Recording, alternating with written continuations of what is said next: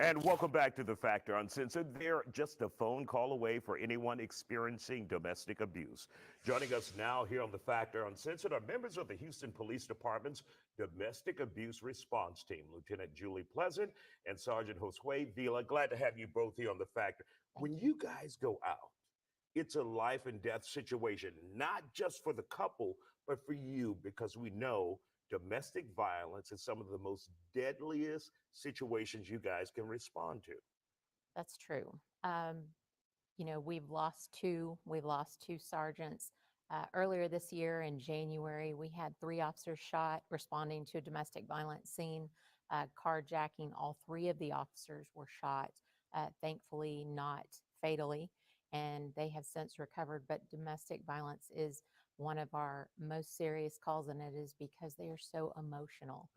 And most of the time, the victim is trying to leave the situation, and the person who wants to control them has lost control. Right. And that's the only way they have to do it, is to lash out. And you add in a gun in the house, and that makes it even worse. We heard from advocates out there.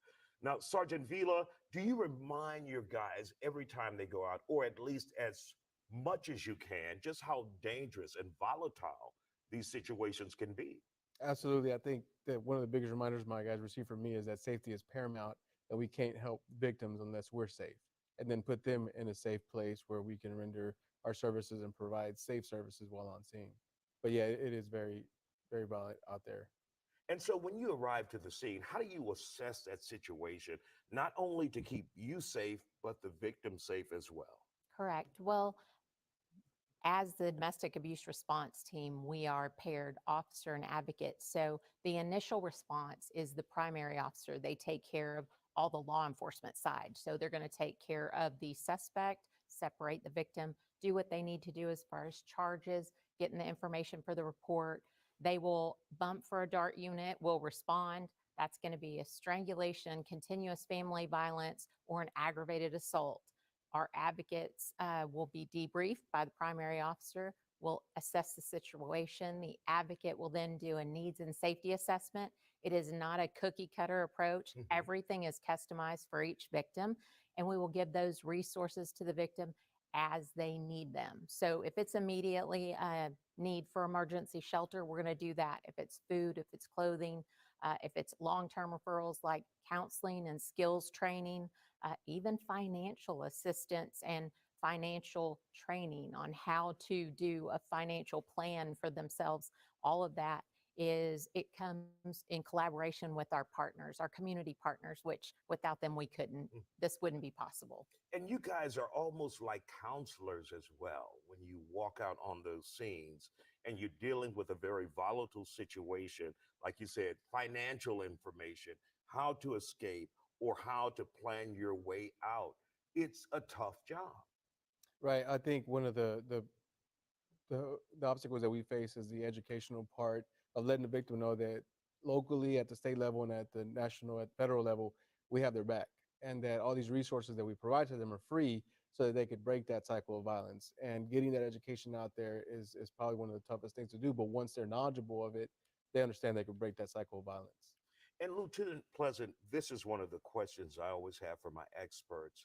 When you're dealing with someone who's going through domestic violence, how do you make them see, oh, I'm not just having a fight with my husband or my boyfriend, you're being abused? Right. Sometimes that isn't recognized. What we have is a DART scene report, and it will ask questions like, does your partner have a weapon in the home? Has he threatened you? Has he threatened your children? Has this happened before? If so, how many times in the last 12 months? Once that victim starts hearing themselves say yes over and over again to these factors that basically are scored on a lethality ranking, well, it starts to click. It may have been the first time they've ever had to say that over and over again, that this doesn't sound right to me, and maybe this isn't the best place for me. But a lot of times, many times, it's financial strings that keep that victim where they are. So sometimes that doesn't, many times it's also when that abuser decides to take it out on the children. Mhm. So that's the straw that will break the camel's back and make that mind turn. You can do what you want to the mother, but when it comes to children, that's it. They're ready to go. And how difficult is that for you all to see as responding officers on the scene that not only has a mother been abused, but the children have been abused as well?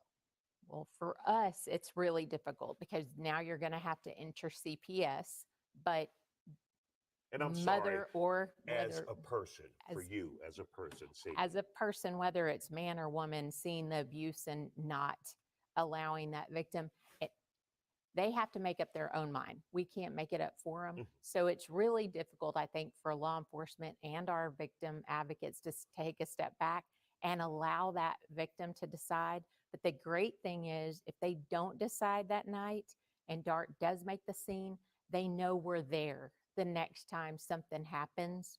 They know DART is available Mhm. for them and they know resources are there because whether they want the assistance that night or not, they're still going to get the information in their hand. So they know the resources are available. So it's easier for us to walk away knowing they don't want it, but we have the resources and they're aware of it for next Exactly. time. Well, we want to thank you guys for the job that you do, and we appreciate you joining us on the fact, staying up late with us.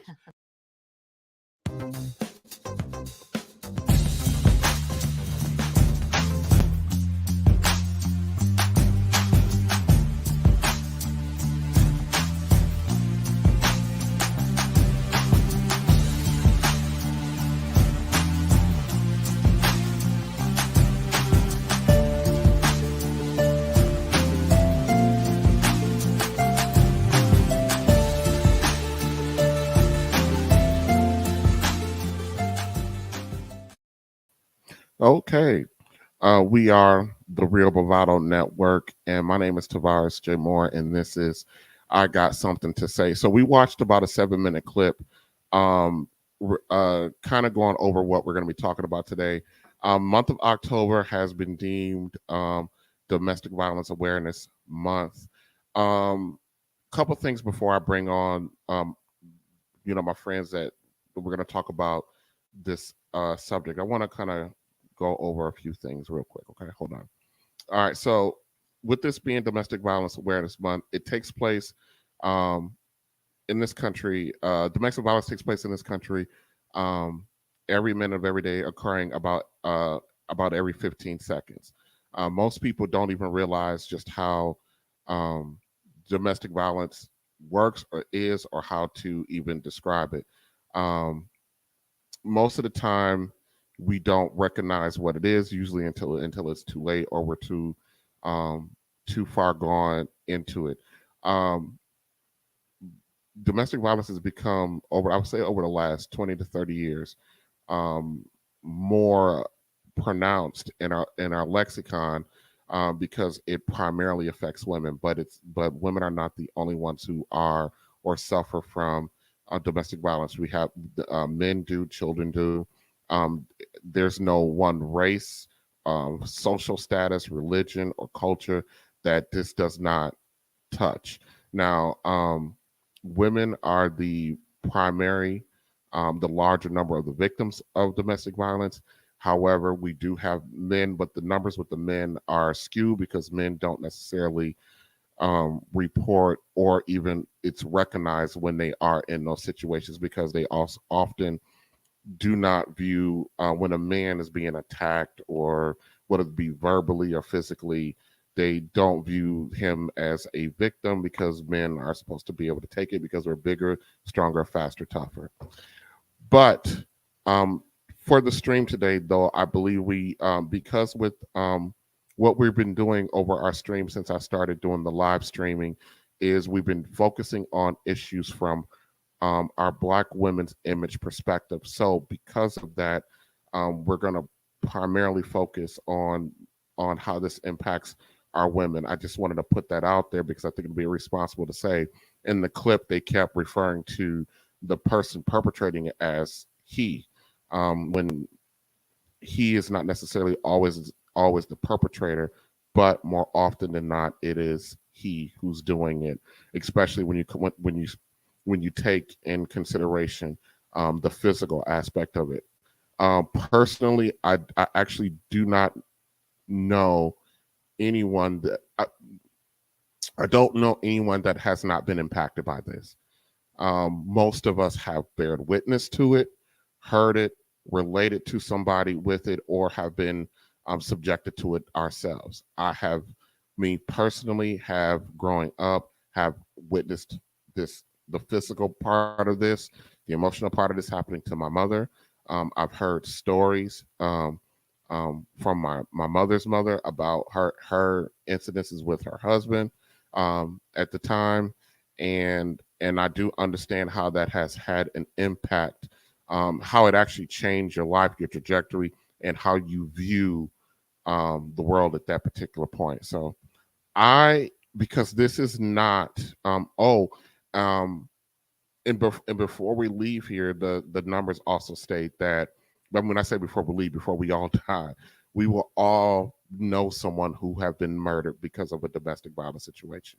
I know of one person already that has been murdered because of a domestic violence situation. So I'm not a big expert in this area, so I'm actually going to lean on, my friends that are coming aboard to talk about this subject a little bit more to me. I'll ask questions, kind of lead the discussion as we always do. This is a pretty serious topic, so it won't be, I think as hot as of a topic as we normally try to give on when we do the have the conversation show. So this is I got something to say, and what I have to say now today. This is Domestic Violence Awareness Month, and without further ado, I'm going to bring up one of my friends real quick who actually asked me to do this. Angela, hey, are you there? Yeah, I'm here. Okay. Why did you Can you hear me? ask yeah. Why did you ask for us to do that to take on this topic today? Well, first off, I am a 8-year domestic violence survivor. Um, May will be 9 years for me. Um, so it is a very touchy subject for me. Um, I think this year is actually the first year that I've really actually shared the true story. Um, and when I say the true story, I've never really shared the story, period. So no one really have, you know, dug deep into it. But I actually shared it. I'm going to be sharing it this weekend in Charlotte at an event. But this subject is very near and dear to my heart. And I actually lost a friend, a high school friend, um, a year after I actually went through domestic violence. I lost her in New Orleans. Her husband strangled her to death. And so this is near and dear to me. And I just want to bring awareness to it. And Is I it near also and dear? want people to know that you can live after domestic violence because a lot of people they go through domestic violence and they think their life is over. Well, I was that person at one point in my life where I thought my life was over because I had been through domestic violence. Mm. But I'm here today and I'm here to tell someone that they can live after Mhm. domestic Real quick, Angela, before we go, um, I've been in many conversations with people, and they throw around the word abuse or abusive. About situations. People get mad or they don't like how something is being said to them, and they fling it around like it's nothing. And I tell people all the time, be careful how you fling that word, and how you label somebody that, because someone who's actually been through it don't necessarily will throw that around so loosely and cavalierly with an individual. You can have disagreement conversations. They can even be heated, but that doesn't mean that exchange is abusive. People that have actually suffered real violent, emotional, or psychological, you know, tr- traumas, you're doing them a disservice by just sitting there throwing that out, because that's a serious situation, and oftentimes it's life or death, and often more times than that, it can change the trajectory of somebody's life. So I know a lot of times we'll get, caught up in our emotions, and we'll label something as abusive, and then I always tell people, go talk to somebody who actually have been, and see how careless you are about using that word. Yeah, because people don't understand that abuse come in many forms. It's not just always physical, and that's where a lot of people get it twisted, because they think that it's only physical abuse, but there's a lot of forms of abuse, and I shared that I had been through domestic violence before, previous to this, but I didn't even realize that I had been through domestic violence because I didn't know that that was domestic violence, you know. But now I know, you know. Yeah. So you think that because somebody, it's crazy, but there's different forms of domestic violence. It's just not physical. You have emotional, you have financial, you have spiritual, you have all different types of abuse that can come in the form of domestic violence. Dr. So Thomas, unmute for me. All right. Yes, sir. I was brought you ladies up to give your input on the subject.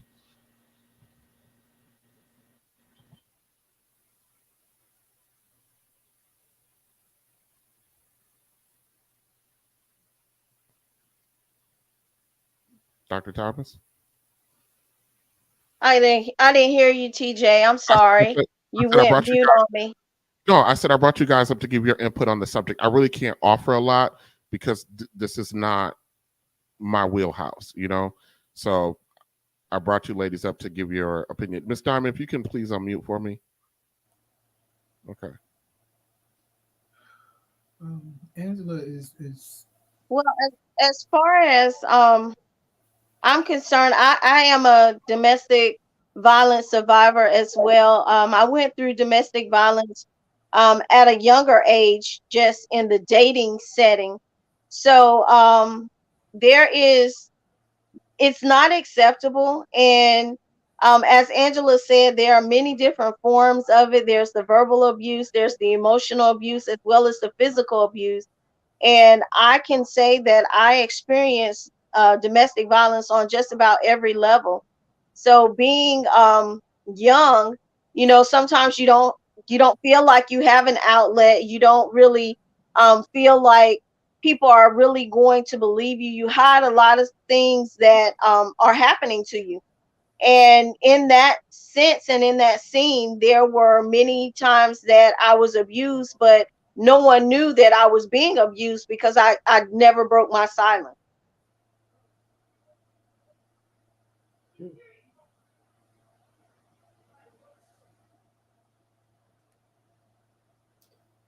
Well, for me, like Miss Thomas said, I went through it at a younger age. So by the time I got a certain age, I was mentally and physically strong. It didn't break me.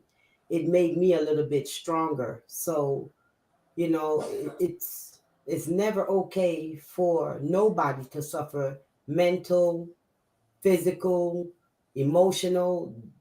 Some people don't handle that well. Some people take their life over that type of stuff. So, I mean, you can agree to disagree, but it should never be violent. Never be.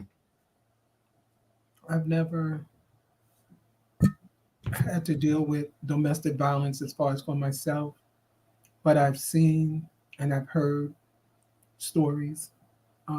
I've worked with clients who were very young teenagers who were in that situation where they were violated by significant others, sometimes older people, older men, and in some cases older women that they were violated by, and it's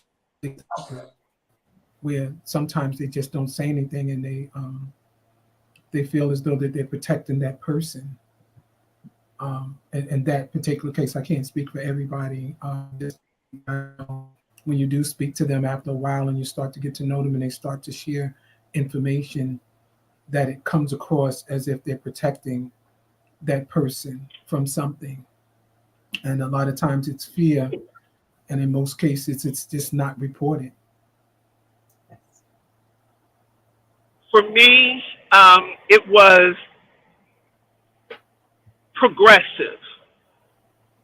It started with yelling and then a shove and then pushing against into the wall and a punch or grabbing and flinging, and then next thing you know, you're on the floor with your head being beat into the floor, being strangled.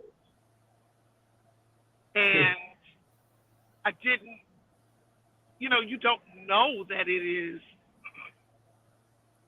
is domestic violence. You don't know that it is abuse. And the word abuse, as was explained to me, is abnormal use of anything. And so when we live through it, yeah, we might think we're okay, because for a long time I thought I was okay after being out of that. And it's been almost 30 years, and I thought I was okay. But after going to, sit down and talk to someone several times since then, the first time I found myself in a room with women who were some twice my age. And I'm trying to figure out, how did I get here? This is not for me. I'm young. I got my whole life ahead of me. Not really realizing that DV victims don't have a particular demographic. There is no particular demographic. It's not young or old. It's not short or tall. It's not, rich or poor. It's not black, white, Hispanic, none of that. It is domestic violence is an equal opportunity abuser. And we've all been through, something. May not have gotten to that point, but for me it was physical, it was emotional, mental, verbal, and even sexual abuse. So that's that. I know when I watch my mother get beat. I watch her get the black eyes and the busted lips and the bruises up and down her arms. And I told myself, I said, I will not dare have somebody hit me. But you think that's the abuse. You don't. I didn't know anything about the other abuse, but my mother came from a generation where they thought it was okay to get beat, so they would take it. And plus, her mom didn't like her, so they would fight all the time. Because my grandmother had her when she was 14, so she was like a child raising this baby. So they will fight all the time. So in her head, she thinking this abuse was okay. But I when I got married, I said I wish somebody would hit me. I wish they. But it was a different kind of abuse. I never got hit, but that spiritual abuse, to talk down and talk to you any kind of way and talk to you and kill your spirit to the point you don't want to breathe. Like, why did I wake up in the morning? They Right. kill you. They kill you mentally. I went through that and I was so stressed out. My hair fell out 6 times. I, when I was in my 20s, I wore wigs because my hair fell out 6 times because of stress. And when I went to the dentist, all my back teeth fell out because of stress. So when you thinking like, well, Dad, I'm trying to tell people I'm in this situation, but they looking at you because they see the outside. They say, well, you look pretty on the outside. You're not getting beat. You don't have a black eye. You don't have a busted lip. You okay. Quit complaining. You complain too much. And I'm like, no, I'm going through something, to the point it got so I got sick. And one day my doctor, she was like, look, you're not going, this was December of 2010. My immune system had dropped. I had hives. I didn't know hives came in all different shapes and sizes. I had all over my body. I had strep throat. My immune system was so low, I was catching everything. And she was like, you're not going to see 2011. She's like, you leaving out here. She said, I don't know what's going on in your life, but you're leaving out here. And I prayed. One day I just didn't go to church because I'm one of the people who never miss church, you know. But that day, that Sunday, because she told me on Friday, and then Saturday something happened, and my child was signing to me. My little deaf child was signing to me. He was like, Mom, what is it gonna take? You know, he was tired. And on a Sunday, I just laid out. I laid out before God. I said, Lord, you're gonna have to get me out of this because I don't know what else to do. And he showed me clearly what to do. And I'm telling you, when I called these two places, I told him, I said, I don't got no money, but I'm in an abusive situation and I need to get out as soon as possible. And I had a choice to pick, and they allow me to move without no deposit and no first month rent because I told them I was in an abusive situation. And I know God did that. He stepped in and he worked that thing out for me. So I'm telling you, abuse come in all shapes and sizes. But when you there are some people you try to get them out of it, but they got to come to it themselves. All you can do is just pray. So yeah. Wow. Amen. Hi, Philly. Hey, how y'all doing? We're doing good. Good. It's good to see y'all. Yes, ma'am. What's your take? Um, with domestic violence, it is really not light at all. Even though I haven't fully experienced it to the point of you ladies, and I would say in a physically, because we all get attacked in other ways, whether it's spiritually, mentally, emotionally, and different things of that nature. But when it comes to like physical, um, I haven't had like the every day or every other day type of just beat me down experience when in that manner. But I have had an encounter where um it was life threatening, and it was just like a one and no one and no, I'm done type of experience. Yeah.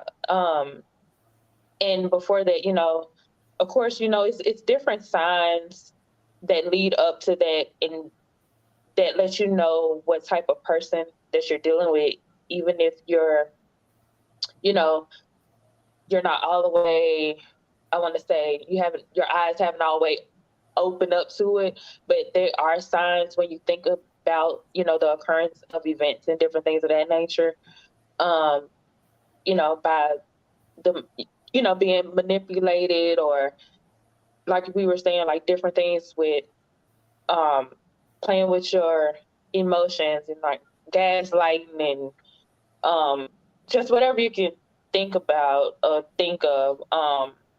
I just I and I think it steers from people's experience. Like some women, they don't know that they even in situations until after the fact because of how it's being presented to them. It's probably being presented as a fun manner or whatever, but in reality, it's really not. It's Right. yeah, Yeah, and you got some people who will just play with it just to see what they can get away with, you know. exactly, and Uh, it's I've come across a lot of females who've actually, and been in my space, and like I know to this day they've come to me in those situations, like I'm in the car type of, like I'm on my way to get you, or um like trying to help them get away in some manner. So I've seen those situations, and I don't agree with the I never agree with the men's behavior at all in those situations, because to me it's like me, I'm a deep thinker, and I'm trying to figure out like what happened in your life, like what is going on inside of you that makes you think that you can control a person. Like it's not that person, it's you know whoever's doing the attacking and stuff. So I just like, what is going on? Like, what is wrong? What is not healed? Like, so um, yeah, that's just my little thoughts and takes on it. I want to say something. I know a lot of people say that you should see red flags. You should see signs. You should see this. You should see that. Um, and I remember I remember the night that that I got shot. Mm-hmm. I remember that night. Matter of fact, I had been doing midnight prayer with a lady out of New Orleans. We had been going on every night. We've been meeting at 12 noon and at 12 midnight. So of course it was 1 o'clock my time if it was 12 midnight their time. But I had been faithfully going on there. And I remember that night, that lady kept saying that there's a heavy spirit and she could not get off the phone. She just kept praying. She just kept praying. And she didn't know why she was praying. She just said that she just couldn't get off the phone. She had to pray because she just felt heaviness. And I had to back up because I have to let people know, because a lot of people look at me now, they see me doing all this stuff now, but I wasn't always, I didn't have the mindset that I have now, and I wasn't walking the spiritual life that I walk now because I was at a dark place. But you wear all these masks and you try to be somebody and you trying to be this person that you're not.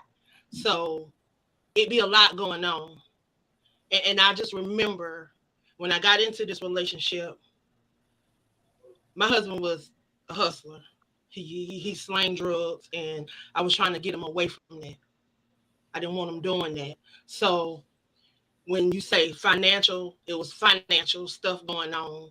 I didn't, up until the day I got shot, I can't say he was physical with me. And it was it was no pushing me, no punching, no none of that. Like it was so much going on up until the day I got shot. Like we dealt with my stepdaughter being molested and end up pregnant. I remember going to the sheriff office and having to press charges on this person. I won't even say nothing. I'm not even gonna say it. But the press charges on this person, and I get called everything but a child of God. I mean, I got called every name in the book because this baby came to me, and I said, if that was my child for real, I would be behind the bars. So there was no way I was finna not say nothing. I didn't know what to do or what to say. So you know what I did? I anonymously called to the school. And just so happened, let me tell you how God is. Just so happened, the guy that was her track coach, and this is little Greenville, South Carolina. The guy that was her track coach, he actually worked for me. He drove the delivery truck for the nonprofit organization that I supervise the food service for. So just having conversation, and he pulled her, and she had to go take a pregnancy test, and that's when we found out the girl was pregnant. So we ended up at the police station, press charges on this person, and all this just going on, just going on, just going on. And the night I got shot, I got the motion of discovery. He had friends over, and I remember coming in the house that night, and I went straight to my room, and I looked at the clock, and I said, I can get on the prayer line. And I got on the prayer line. And that lady prayed and prayed and prayed, y'all. And I remember my husband coming in and saying that he wanted to have sex. I didn't want to have sex. So he kind of like wanted to argue and stuff. And I was like, man, I ain't got time. I was like, I got to work in the morning. And I got up, and y'all, I had on a t-shirt and underwear. So I was like, I can't go to this lady's house like that. So I was out the door. I was headed out the door. I was down the steps, and I was like, I can't go to this lady's house like this.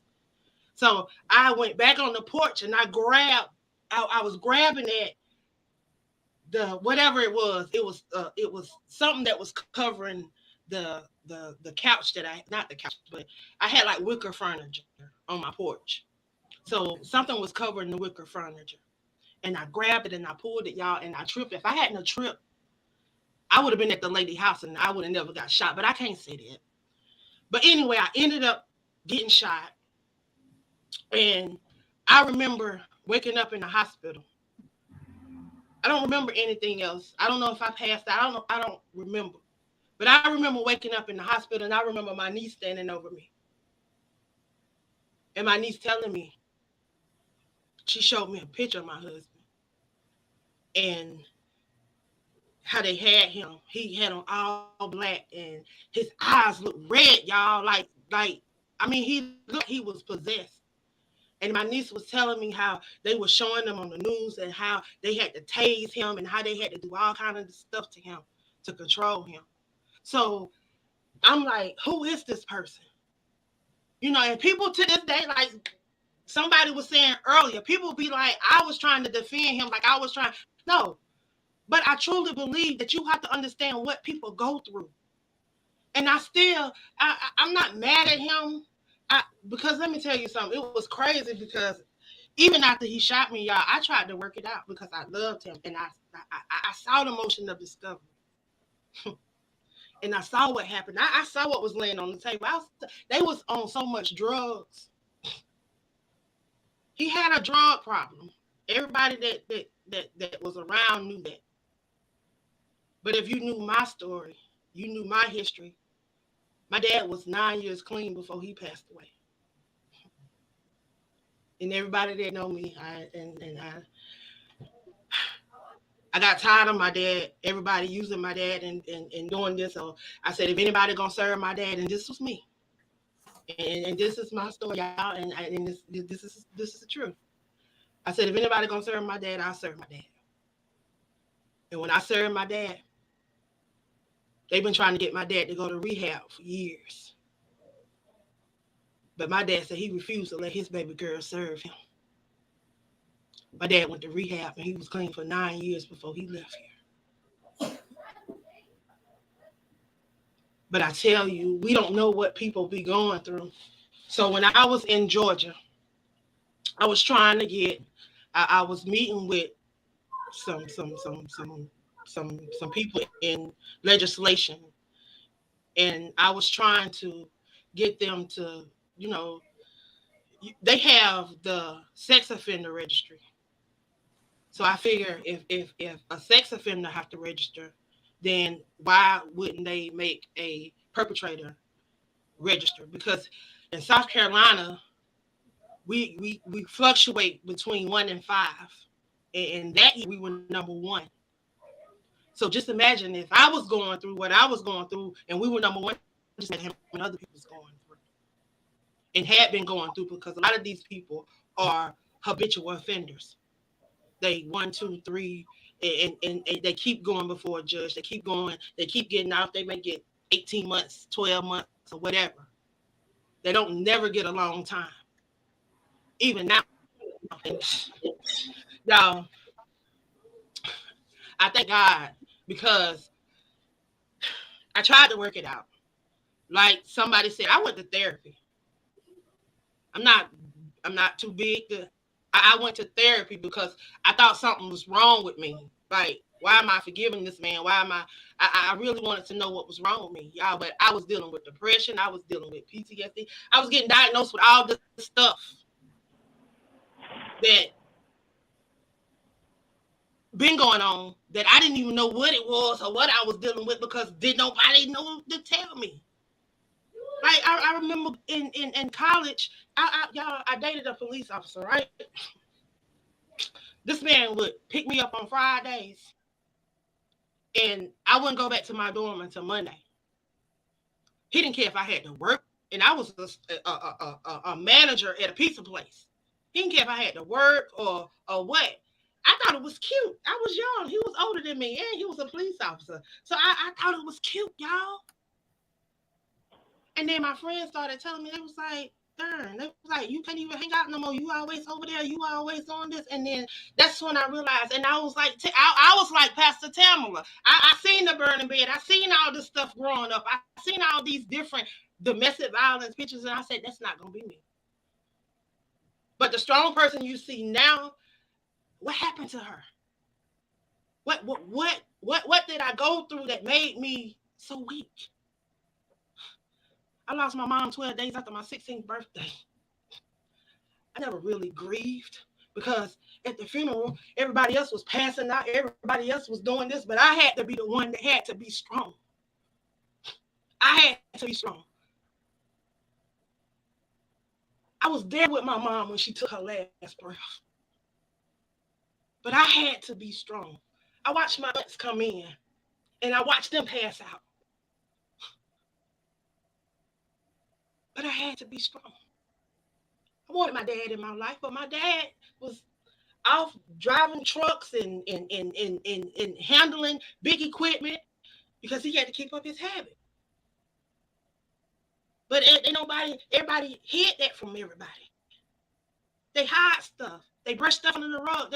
We act like we can't talk about stuff.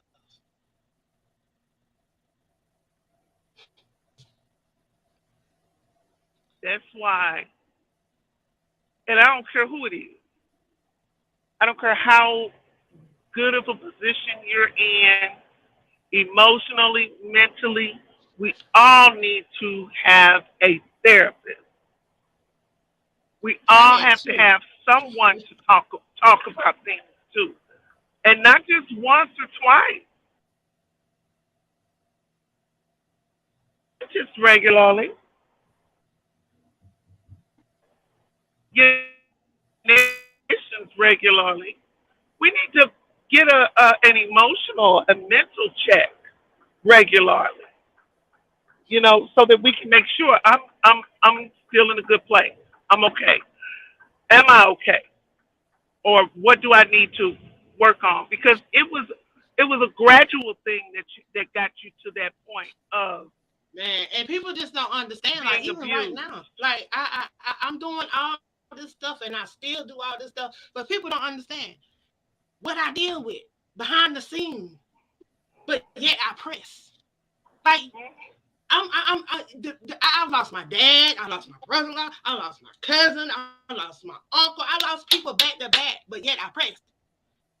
Then man, like, the same man I'm telling y'all about was in a relationship with another person. He just got out of jail. I'm dealing with that, y'all. Because y'all don't think that when every time my sister go home, I want to go home, but I can't go home to that, because I be like, I don't want to go visit, because I start having flashbacks. I start remembering like stuff that happened to me, and I be like, oh, even though I ain't seen this man in over what, 5, 6 years now.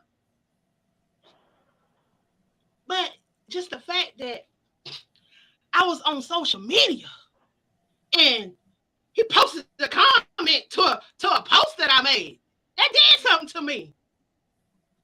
Like for real, that did something to me. But you know what? I said, you know what? I said that enemy, that devil won't have my joy. I blocked him so fast. And I said, okay, keep with your fake pages. It's okay. That's what I deal with, y'all. But I'm good. I press because I know who I serve. I know what's on the inside of me. We And deal I can with so talk about much. it now because We all I was dealing with at a it. place where I could not talk about it. But I can talk about it now because you know what? I don't want nobody to go through what I went through. And I mean nobody, no point in my life, anything that I've ever went through, I freely talk about it because I don't want nobody to have to go through it. They shouldn't have to go through it, but they have to know that there's a life after whatever you go through.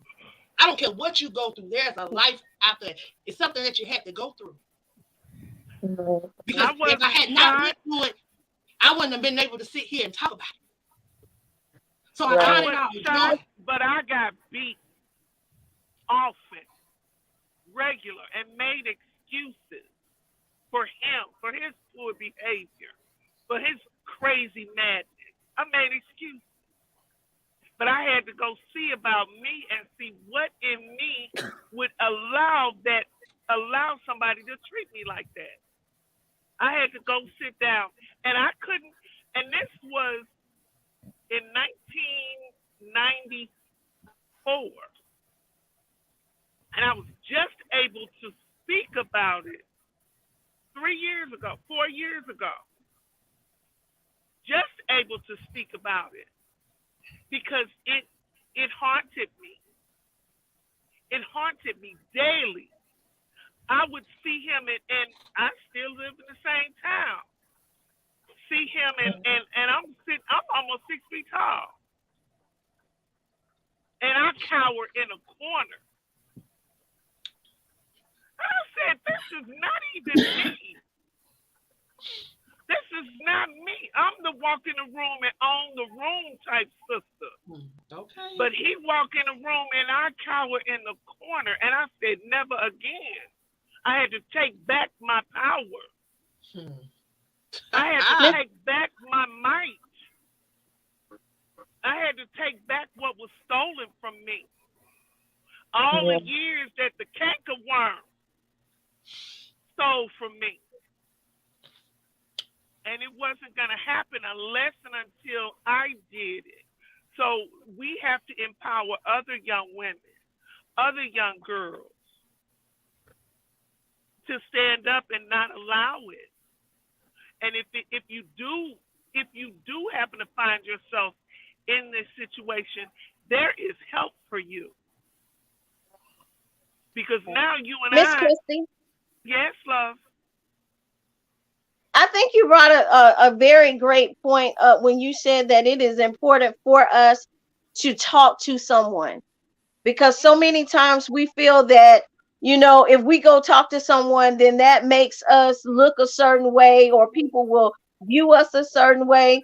But it is very important for us to find someone to talk to. We need to find someone to talk to. And I heard Angela say that she's good.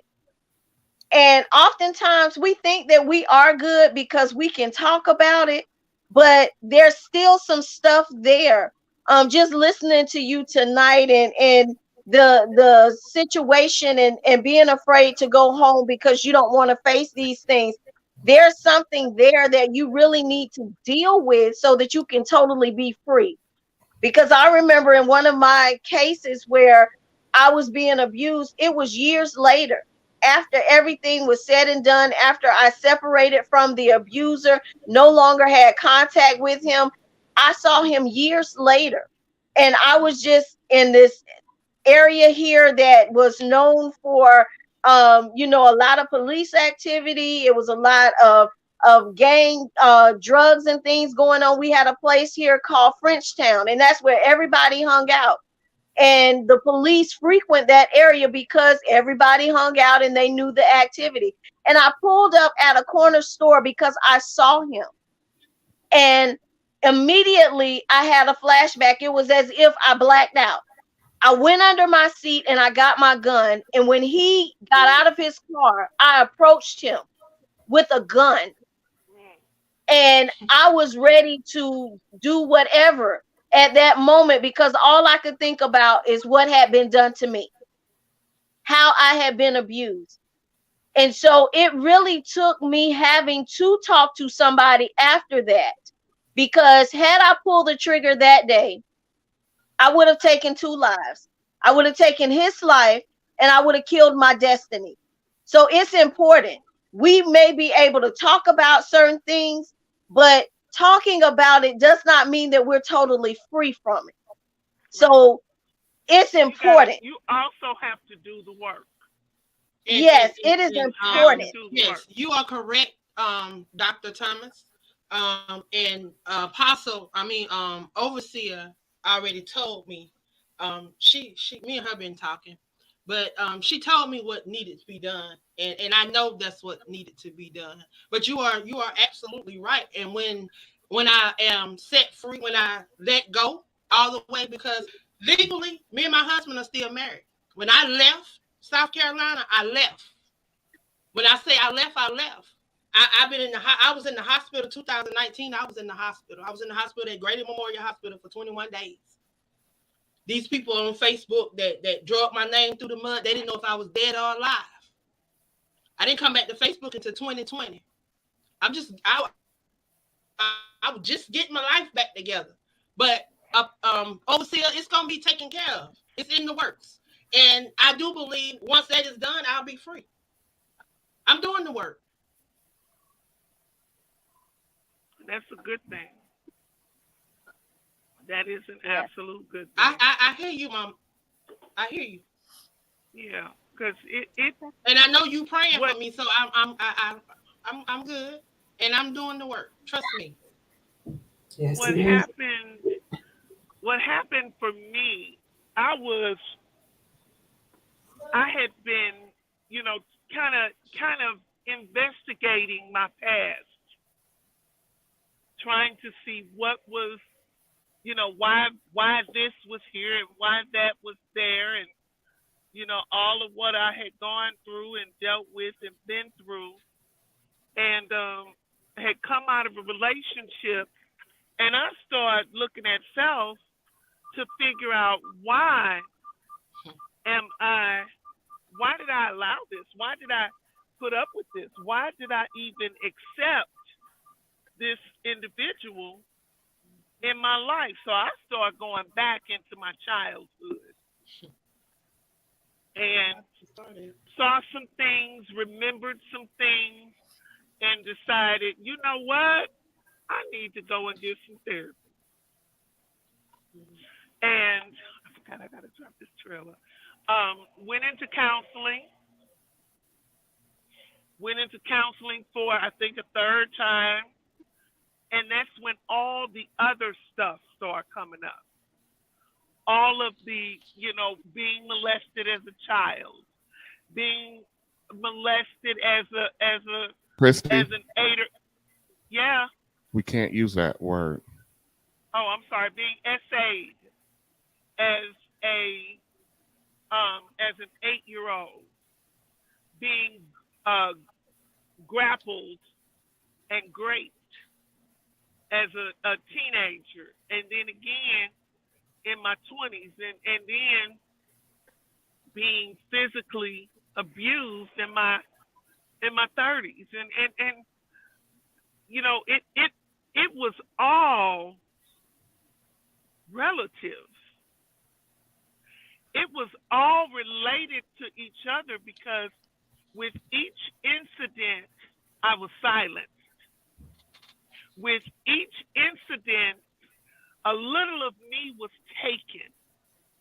With each situation, it was layered. Another layer of something that wasn't supposed to be there, wasn't meant to be there from the beginning. So now I had to begin to peel back the layers of what I call the layers of the onion that make me, to see what's there. Who am I? How did I get to this part? Looking at certain aspects of my life, that which I don't care for, don't need, don't want, I take it and get rid of it. Other things I take and refine and then recategorize it, putting it where it needed to be. But again, all in all, we as women have to grab our girls and bring them through. Because my mother, what I learned later on, my mother had been SA'd as a teen. My best friend had been SA'd. My mother endured domestic violence. I lost a really good girlfriend last year to domestic violence. Her daughter's boyfriend shot both of them, both she and her daughter. So it is more prevalent than we ever thought it to be. Growing up, you thought that was something that someone else went through. Mm-hmm. That's something that somebody else deals with, not me. And I think all of us have had that thought. But it ends up being me and you and you. Yep. All right, ladies, we've been going for an hour, and I hate to interrupt this, but we do need to get going. October 20th, we're going to be having a one of our first specials for the live for Have the Conversation. We are going to be talking with pastors about the role of Black churches in relationships, families, marriages, and stuff like that. So, Dr. Thomas, be on the lookout for an email. So I think that's going to be really cool. I'm really excited about that one. And then also at the end of the month, don't forget, what is it, the 27th?